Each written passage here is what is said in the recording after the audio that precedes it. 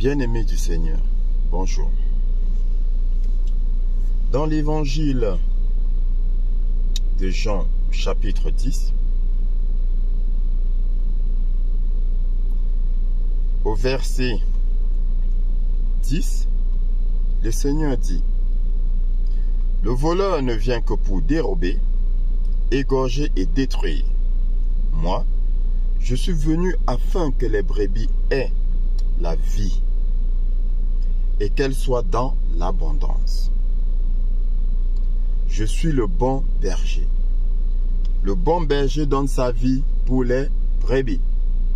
Je suis le bon berger. Le bon berger donne sa vie pour ses brebis. Mais le mercenaire, qui n'est pas le berger et à qui n'appartiennent pas les brebis, voit venir le loup, abandonne les brebis et prend la fuite. Et le loup les ravit et les disperse.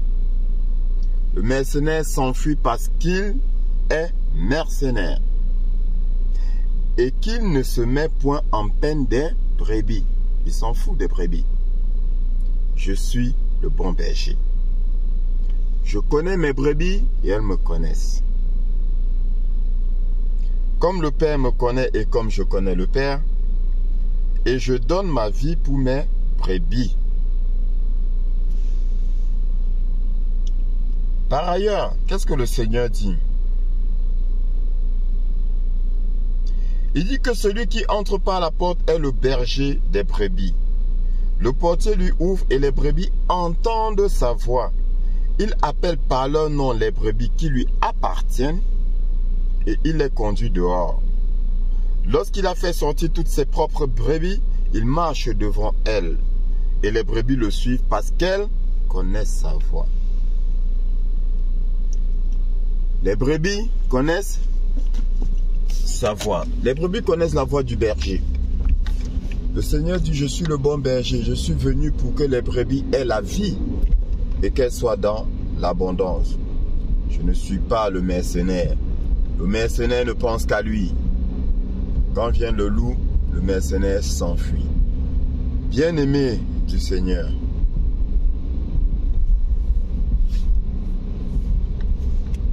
en tant que serviteur du bon berger, en tant que serviteur du Seigneur,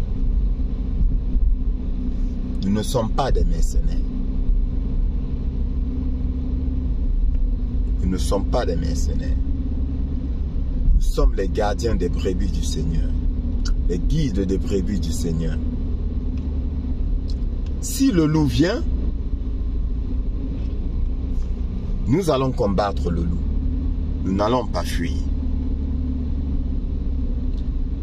Bien-aimé du Seigneur, quelles que soient tes tribulations, quels que soient tes problèmes, bien-aimé du Seigneur, en tant que serviteur du Dieu vivant, je t'accompagnerai. Je t'accompagnerai dans le combat qui est le tien, tout en sachant que le combat n'est pas physique, il est spirituel. L'apôtre Paul le dit dans Éphésiens chapitre 6. Il dit: car nous n'avons pas à lutter contre la chair et le sang, mais contre les dominations,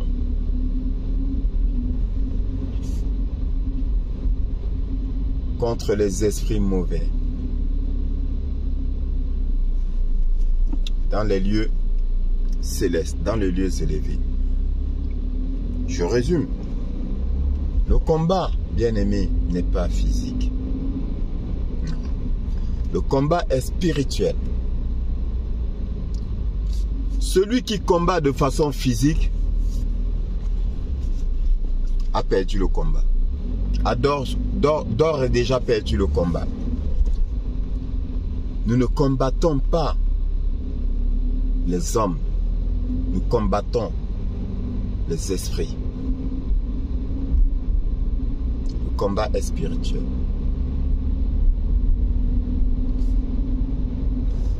Aujourd'hui, bien-aimé dans le Seigneur, je vais commencer à t'accompagner dans ton combat. Comment combattre? Pourquoi combattre? Déjà, pourquoi combattre, bien-aimé?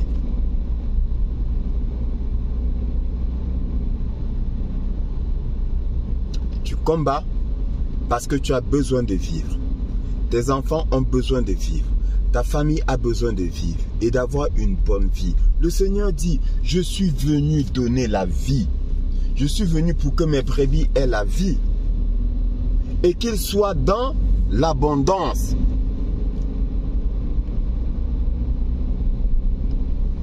Tu dois combattre pour ta vie, pour cette vie que le Seigneur t'a donnée.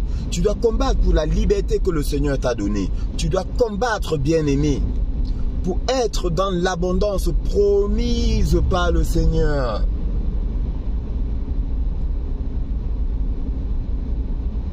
Tu dois combattre pour ça. Et si tu ne combats pas, bien-aimé, c'est une grosse erreur. Si tu ne combats pas, tu livres tes enfants et les enfants de tes enfants, tes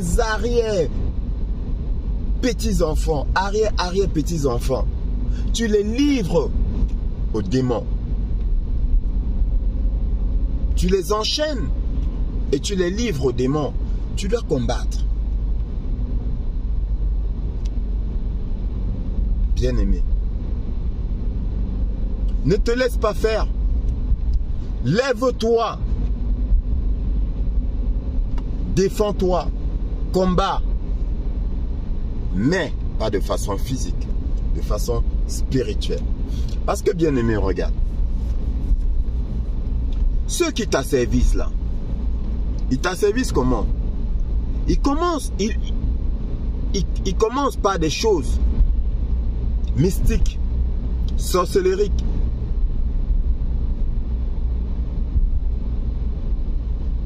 Et ces choses-là se passent en esprit dans les lieux célestes. On te ligote dans les lieux célestes. On emprisonne ton esprit dans les lieux célestes.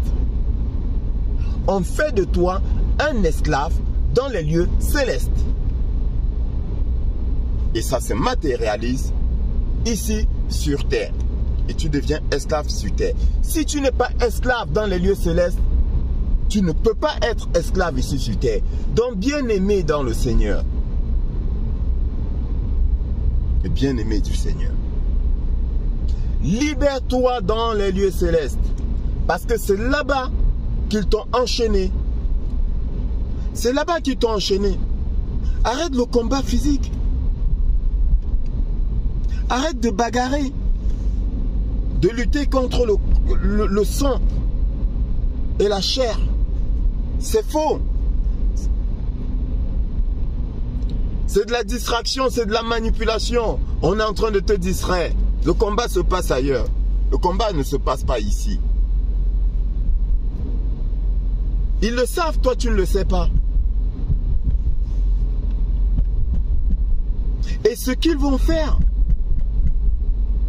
ce qu'ils vont te faire de façon visible, physique, je te répète, c'est de la distraction. Ils sont en train de te distraire, de détourner ton attention du vrai combat. Le combat n'est pas physique. Il est spirituel. Ils t'ont asservi spirituellement et ça se manifeste physiquement. Donc du coup, le comportement qu'ils ont vis-à-vis de toi va être un comportement de maître, hein? De maître face à l'esclave. Ils vont avoir des attitudes pour te convaincre, pour t'amener à accepter ta condition d'esclave.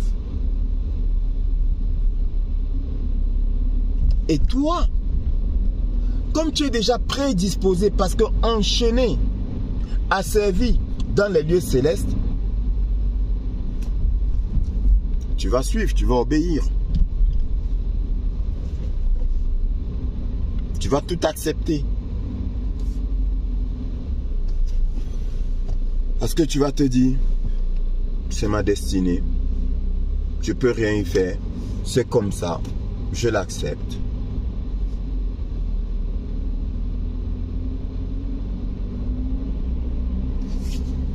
Pourquoi tu peur du combat? Bien-aimé du Seigneur. Pourquoi refuses-tu le combat? Penses-tu que cette vie est aussi simple que ça? Que le bonheur, la vie en abondance, s'acquiert comme ça, sans lutter?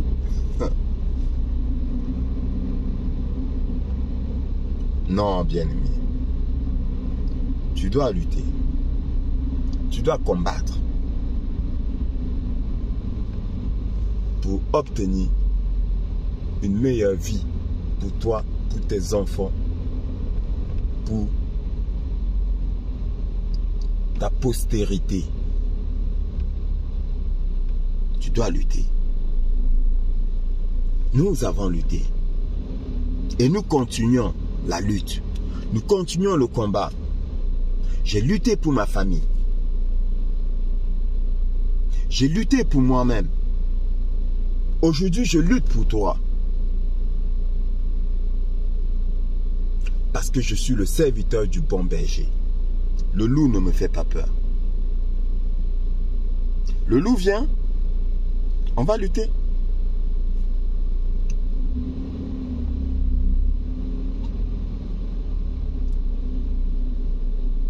Il y a un adage qui dit que cabri mort n'a pas peur de couteau.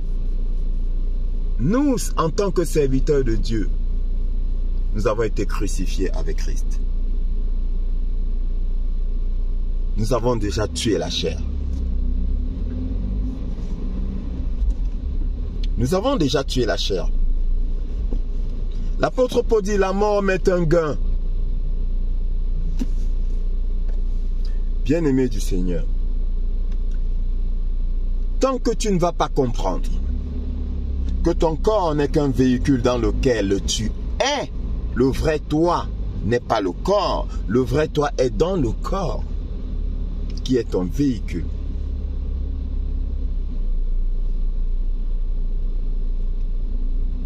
Ce corps te transporte toi. Ce corps n'est pas toi. C'est ton véhicule. Tant que tu ne vas pas comprendre ça,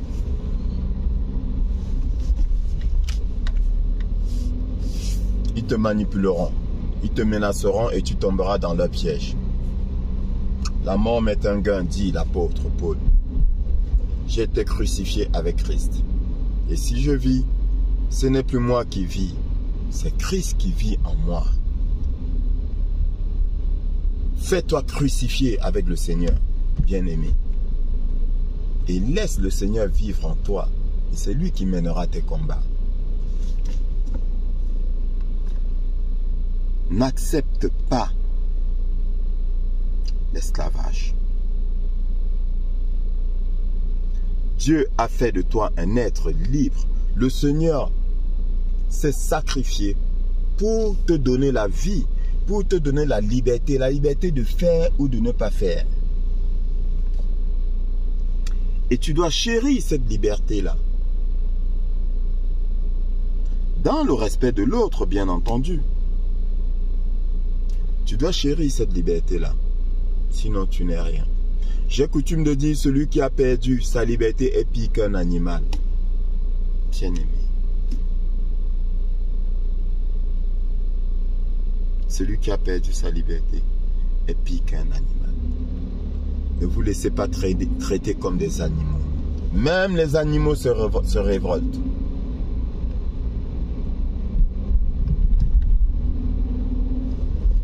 C'est le chien qu'on conduit avec une laisse. On lui dit ce qu'il doit faire ou pas faire. Couche-toi là, te couche pas là. Bien-aimés, on vous a enfermé, on a enfermé votre esprit dans une calebasse, dans un canari, dans une bouteille. C'est ce qu'ils ont fait, spirituellement. Et c'est pour cela que tu vis cette vie misérable. Cette vie d'esclave. Révolte-toi. Lève-toi. Refuse. Pour tes enfants, pour ta famille. Bien-aimé, j'entends pas famille, pas ton foyer. La grande famille. Parce qu'il faut savoir une chose, c'est que pour sauver toute une famille, il suffirait que une personne s'élève et dise stop. Et là, tout s'ébranle. Les choses commencent à s'écrouler. Mais tant que vous allez tous subir, tant que vous allez tous accepter, c'est foutu pour tous. Ça va continuer. Ça va continuer. Avec les enfants, les petits-enfants, les arrière-petits-enfants, ça va continuer. Ça ne s'arrêtera pas. Jusqu'au jour où l'un d'eux va dire stop. Bien-aimé, on peut stopper à son niveau, mais on peut aussi stopper au niveau de la famille. Et comment est-ce qu'on stoppe au niveau de la famille? En dénonçant. En dénonçant. Parce que cette terre, c'est accepté. Bien-aimé. Cette terre, c'est accepté. Je vais te prendre un exemple. Tu prends une famille où il y a de l'inceste par viol. C'est-à-dire que tu as quelqu'un de la famille qui passe son temps à violer les enfants de la famille. Tant que personne n'ouvre sa bouche pour parler, il continuera à agir.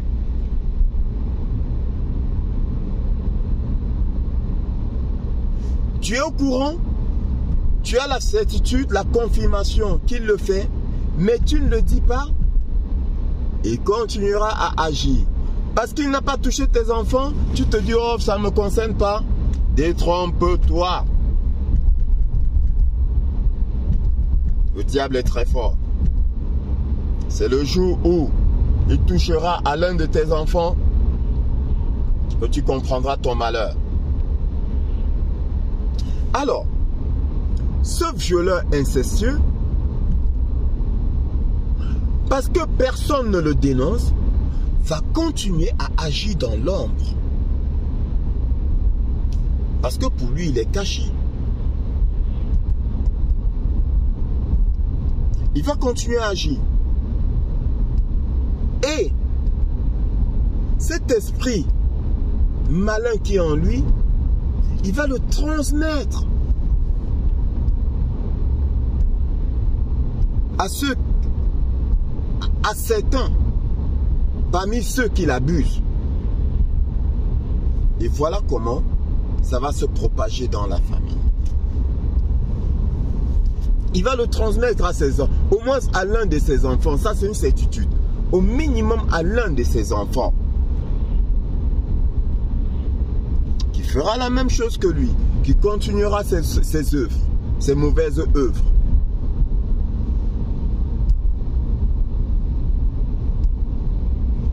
Tout le monde se tait. Personne ne dit rien. Et voilà comment toute une famille de génération en génération est détruite. Parce que personne ne dit rien. Très souvent, dans nos familles, dès que quelqu'un veut parler, on dit, qu'est-ce qu'on dit? Ah non, non, non, non, on ne parle pas de ces choses. Non, bien-aimé. Lève-toi. Révolte-toi. Dénonce. N'aie pas peur, n'aie pas honte. N'aie pas honte. Oui, parce que ce violeur pervers incestueux va profiter de la honte qui est en toi pour continuer à dominer. Parce que tu as honte, tu ne veux pas en parler. Tu te dis comment est-ce qu'on va me regarder. Mais je nous en dis gâter pour gâter. C'est déjà fait, c'est déjà arrivé. Dénonce-le. Dénonce-le. Et parce qu'il est dénoncé, son pouvoir va s'éteindre. Aussi simple que ça. Parce qu'il est dénoncé, son pouvoir va s'éteindre.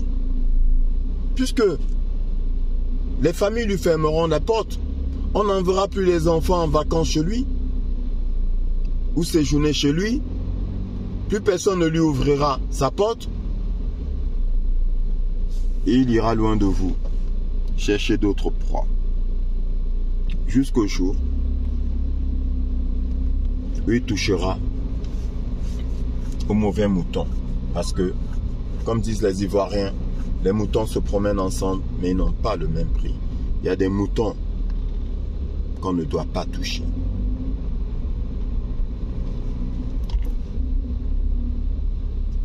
Dénonce. Dénonce. Dès lors que tu te rends compte de ce qui t'a été fait spirituellement, dénonce. Physiquement, dénonce. Sinon, tu es complice. Et tu ne pourras pas combattre. Tu ne gagneras aucun combat.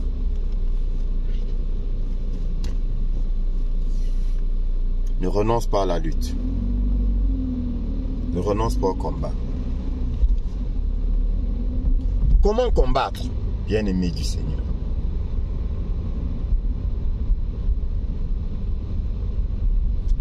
J'ai été crucifié avec Christ. Si je vis, ce n'est plus moi qui vis, c'est Christ qui vit en moi. Je ne combats pas.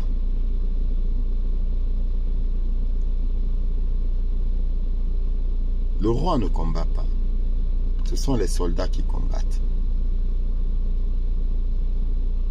Je ne combats pas.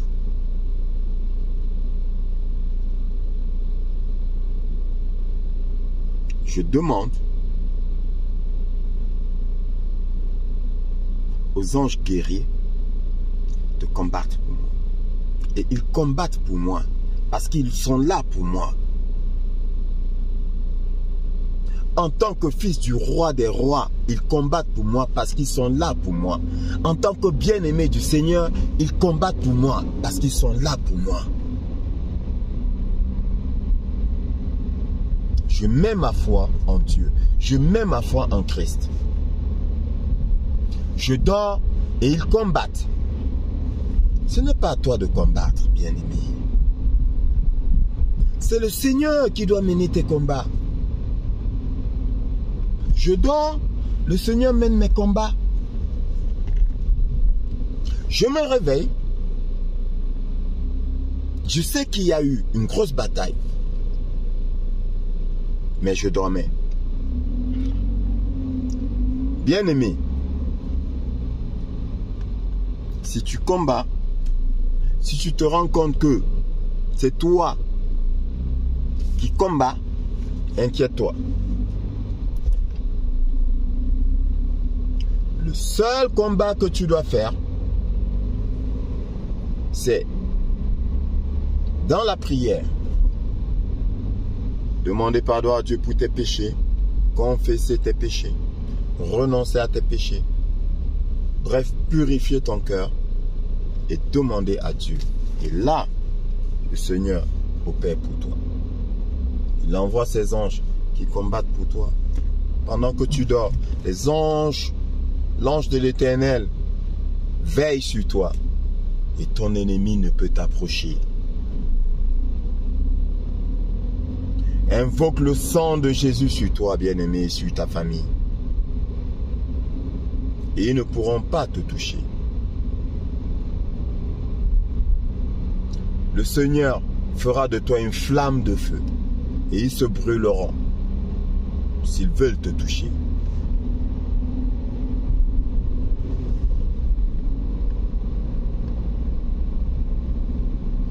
Bien-aimé dans le Seigneur, ne te laisse pas faire.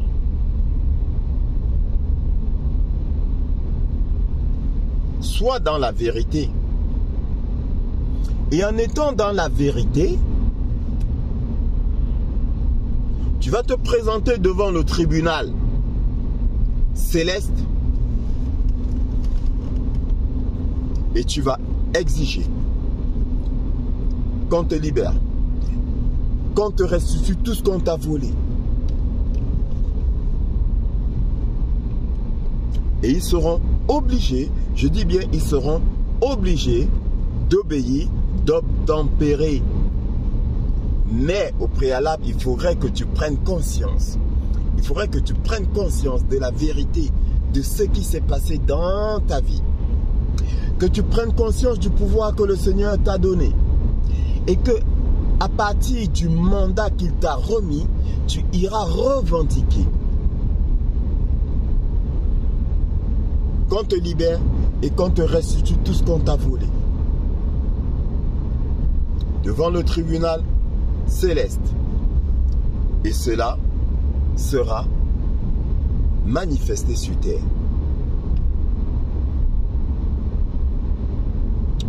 Élève-toi dans la prière. Réclame ta liberté. Exige ta liberté. Réclame tout ce que l'ennemi t'a volé. Rentre en possession de tout ce que l'ennemi t'a volé. Et cela sera effectif. Tout ce que tu vas déclarer sur terre sera établi dans les cieux. Pourquoi? Parce que la décision se prend dans les cieux. Tout ce que tu vas déclarer sur terre dans la vérité, bien-aimé, sois dans la vérité. Si tu es dans la vérité, ils n'auront pas d'autre choix que d'obéir. Si tu es complice, ça va être compliqué. Mais si tu es innocent, ils s'inclinent devant la vérité. Devant la vérité, tout genou fléchit. Dieu est vérité. Ils s'inclinent devant la vérité. Tu as donné ton consentement involontaire et aujourd'hui tu en es conscient ou consciente. Bien-aimé, demande pardon à Dieu. Reconnais que tu as été dans l'erreur. Reconnais que tu as été manipulé. Et revendique. Ils vont obéir.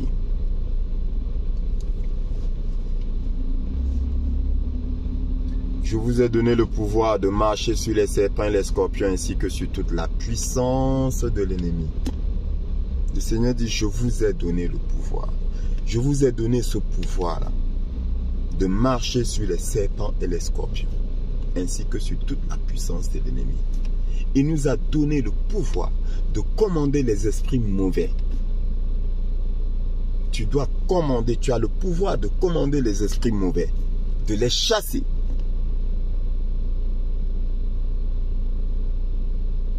En tant que bien-aimé du Seigneur, en tant qu'enfant, le fils du roi des rois, en tant que le serviteur du Dieu vivant, les sorciers et les démons tremblent et prennent la fuite devant moi.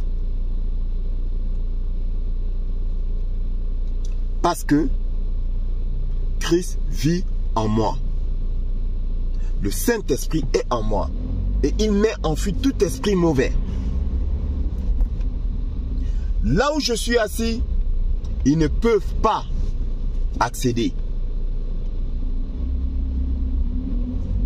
Bien-aimé du Seigneur, là où tu es assis, ils ne peuvent pas accéder. Alors, s'ils ne peuvent pas arriver là où tu es assis, pose-toi la question. Comment se fait-il qu'ils aient pu me frapper? Comment se fait-il qu'ils aient pu me toucher? Bien-aimé, c'est très simple. C'est spirituel. Spirituellement parlant, au départ, tu es à un niveau très élevé. Qu'est-ce que le Seigneur a dit au serpent ancien? Tu marcheras sur ton ventre, tu ramperas.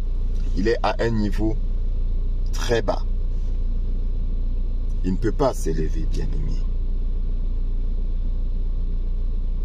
C'est pourquoi on le traite, lui et ses enfants, de reptilien.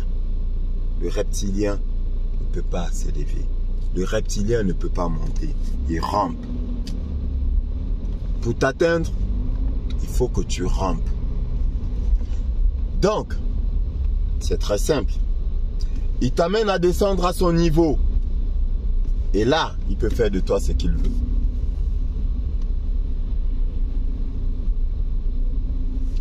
Tel un loup sur sa proie, il va manger ta chair, il va dévorer ta chair, il va s'abreuver de ton sang. Parce qu'il t'a fait descendre à son niveau. Il ne peut pas monter à ton niveau. Mais c'est toi qui descends à son niveau et qui lui donnes la possibilité de poser sa main sur toi. Bien-aimé, réveille-toi. Réveille-toi. Réveille-toi. Le Seigneur t'a mis à un niveau, il ne pouvait pas te toucher. Le Seigneur t'a mis à un niveau, il ne pouvait pas t'atteindre. Ils t'ont manipulé pour t'atteindre. Mais tu peux encore t'élever. Parce que tu en as le pouvoir, la capacité. Tu peux encore t'élever. Lui, il ne peut pas s'élever. Le fils du démon ne peut pas s'élever. C'est impossible. Il est reptilien. Mais toi, tu peux t'élever. Et te remettre à un niveau, il ne pourra pas t'atteindre.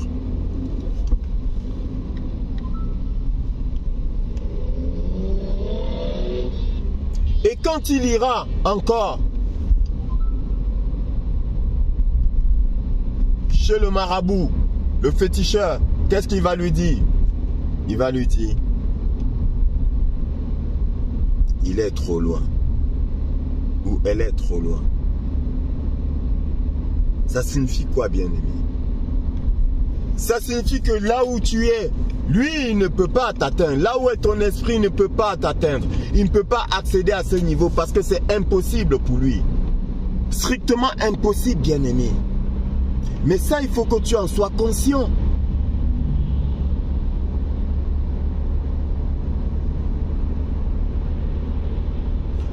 Pourquoi chantes-tu tous les jours? Pourquoi récites-tu tous les jours? Je suis assis avec Jésus à la droite du Père. Ça veut dire qu'en fait, tu n'as pas pris conscience que ce que tu dis est vrai. Nous sommes assis avec Jésus à la droite du Père.